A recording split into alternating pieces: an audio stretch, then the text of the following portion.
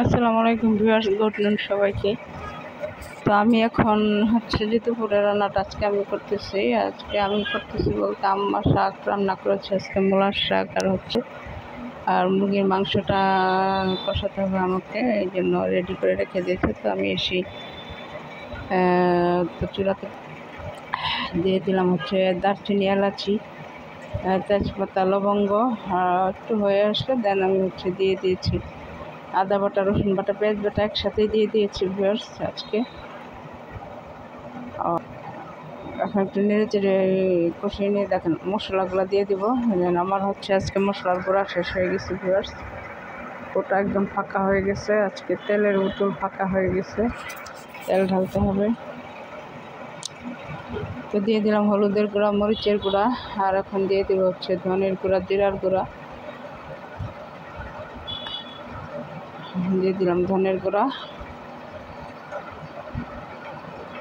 দিয়ে একটু নেড়ে চেড়ে কষিয়ে মিশিয়ে নিচ্ছি।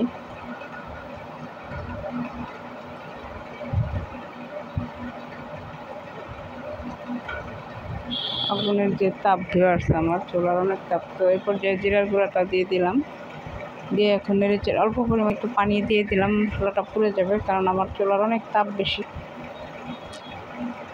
তো কষানোটা হয়ে গেলে দেন আমি চিকেনগুলো করে রাখা ধুয়ে রাখা চিকেনগুলো দিয়ে দিব।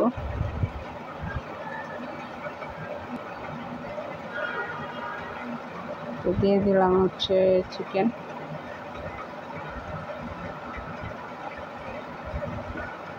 তো পিসগুলো ছোটো করে তাদের ঘরে বড় পিস খেতে চান, বাট আমার মনে ছিল না। আলু দিয়ে একটু মাখা মাখা টাইপ ভুনা করবো। তো এখন একটু ঢেকে দিলাম, ঢেকে দেওয়ার পরে যে দেখুন কষানো হয়ে গেছে। এখন আমি পর্যায়ে আলুগুলো দিয়ে দিব। তো আলুগুলো দিয়ে দিলাম, এখন নেড়ে চেড়ে আবার একটু কষিয়ে নেব।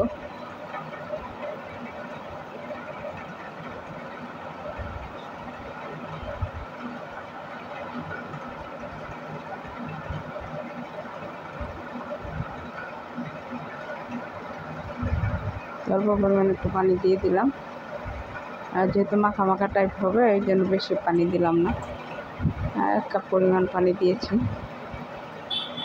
মুরগিটা আমার আগে কষানো হয়ে গিয়েছিল। তো বলক চলে আসছে ভিউয়ার্স, একটু ঢাকনাটা সরিয়ে নেড়ে চেড়ে দিলাম।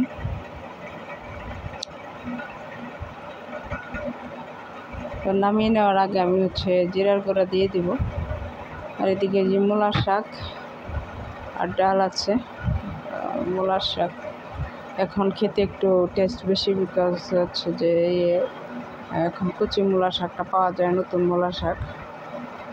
তো খেতে খুবই সেই যে দেখুন হয়ে গেছে আমার মুরগির মাংস ভুনা, চিকেন ভুনা, মাখা মাখা টাইপ চিকেন কারি। তো ভালো থাকবেন সবাই, ভিডিওটি ভালো লাগলে লাইক কমেন্ট শেয়ার করে পাশে থাকবেন।